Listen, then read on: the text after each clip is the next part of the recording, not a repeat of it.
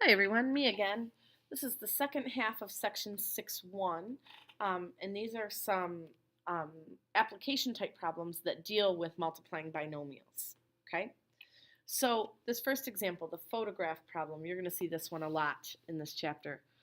Ella has an 8 by 10 photograph she wishes to frame with a mat that is W inches wide. Now, if you were here in class, I would show you an example of what a photo with a mat looks like in case you're not sure. But basically, I've got an 8 by 10 photo. And then you've got usually like kind of a colorful like piece of cardboard or something kind of around the picture. That's the mat. And then this outer edge is the frame, right? And sometimes that frame has some thickness too, but this is just referring to the mat, okay? So this is my setup. This is what my diagram looks like. And mat is W inches wide. So from here to here is W. Okay, and that W goes all the way around. So from here to here would also be W, from here to here would also be W, and so on. Okay? So I want an expression for the area of the photo in the frame, meaning I really want this entire area. Okay, I want the area of like this outside rectangle. Well, we know that area of a rectangle is length times width, right? So what I really need to know is how long is this side here, okay? And then I'm going to need to do the other side too, but I need to know how long is that side. Well, we know that from here to here would be 10 inches, right? I just transfer that straight down, that this chunk must be 10 inches. But then I've got this little bit added on right here and this little bit added on right here, okay? Each one of those is a W. Now, this is where people stop using their brains and start just throwing stuff together. I have a lot of people who want to say that that's like 10W squared or 10 plus W squared or something like that. Think about what you're actually doing with these three things. You're adding these together. Okay, so just off to the side here, I'm going to write this. W plus 10 plus W is what you're really doing here. When you're putting things like that together, you would combine the W's, okay, and make this 2W plus 10 for that length, okay? 2W plus 10, and think through where that just came from. That this piece from here to here is the 10, and then you're adding another W and adding another W. There won't be any W squareds in here because you're not multiplying any W's, okay? You'd have to do W times W to get a W squared. Okay, and then let's do the same thing up the side, okay? Going up the side this way. Similarly, we know that from here to here must be 8 inches, right? And then we have a W here and a W here. So this total side length must be, whoops, I'm going to write that backwards, 2W plus 8. So now I have a length and a width. My length is 2W plus 10, my width is 2W plus 8, and I'm going to take those two things and multiply them together. 2W plus 10, 2W plus 8. And it does want it to be simplified, meaning I can't just leave it like that. I need to actually multiply it through. So I'm going to use that trick I learned on the last page. I'm going to distribute this 2W, make this 4W squared. 2W times 8 is 16W. 10 times 2W is 20W. And 10 times 8 is 80. Combine my W's in the middle, and I end up with 4W squared plus 36W plus 80. And that's my expression for the area. This is my expression for the area of the photo with the mat. Okay. Then it says, if she uses a mat that is 4 inches wide, what will be the dimensions of the frame? Okay, so that right there is my value for W.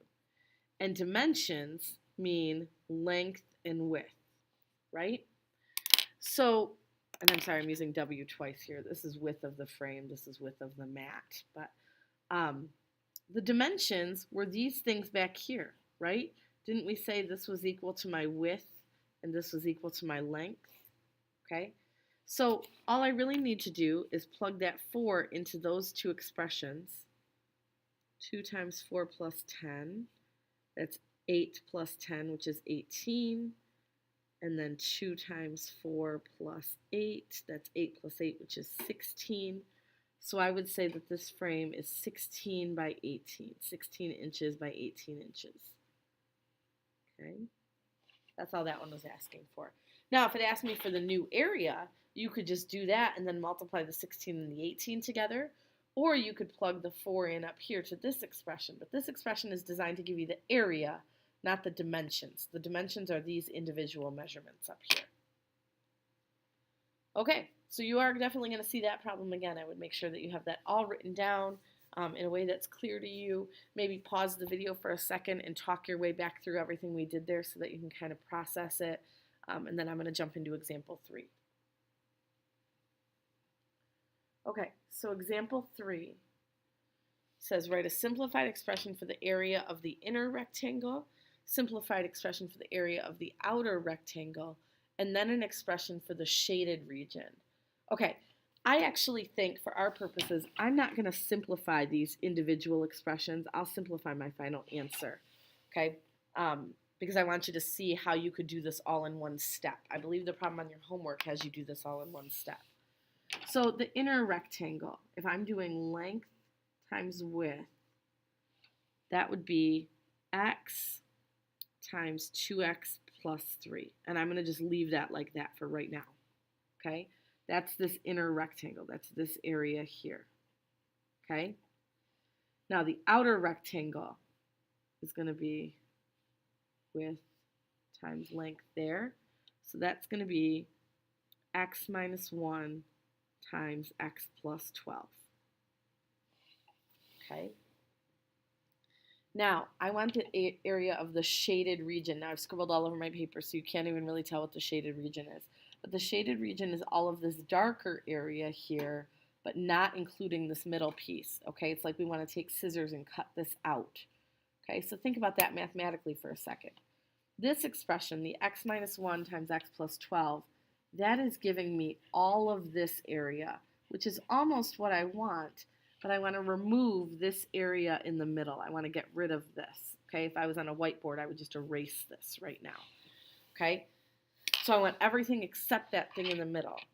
So what I'm going to do is I'm going to take this expression, which represents all of this, right? X minus 1 times x plus 12. And I'm going to subtract, which is the mathematical way of cutting something out, this guy. So I'm going to subtract x times 2x plus 3. Okay? And I wanted to do it this way where I didn't simplify these first because I want you to be able to jump right to this. I want you to be able to get that right off the bat and then simplify it from here. Okay? Because when you simplify it from here, there's far fewer places to make mistakes. So first of all, these two parentheses, I'm going to just have to FOIL, okay, or distribute, however you want to think about it. So x times x is x squared. X times 12 is 12x. This is a negative 1, so negative 1 times x is negative 1x. And negative 1 times 12 is negative 12. Okay? Now, I know I can put those middle pieces together. I'm not going to yet, and you'll see why in just a second. Now I'm going to go over here. Now, this isn't even truly FOIL because this x is not a binomial, right? All I'm really doing is distributing that x. But I want you to pay attention to the fact that this is really a negative x, the way this is written, because I'm subtracting it. And that's what that minus sign is meant to do, is make everything in here get subtracted. So when I distribute negative x times 2x gives me a negative 2x squared. And then negative x times positive 3 gives me a negative 3x. Okay? I've got it written all in one big chain there, but now what I can do is go ahead and put my like terms together. So I'm going to start with my x squareds. I have an x squared and a negative 2x squared. So 1 plus negative 2 is negative 1x squared. Now I have 12x minus 1x minus 3x. So let's see, that's 12, 11x, and then 10, 9, 8x. And that's still positive 8x, because I had a positive 12 back there. And then last but not least, I have this minus 12 still hanging out over here, so I'm going to put minus 12 there. And that, my friends, is my final answer for the area. Okay. Now, I could have simplified this and then subtracted. But again, when you subtract, you need to make sure that negative sign gets distributed, because that's a place that I see a lot of people making errors. Okay? Okay. That's it for me for today. Your homework is from your homework packet. It is section 6.1, or I'm sorry, Lesson Master 6.1a. Should be the front page in your packet, and then we'll go over this tomorrow.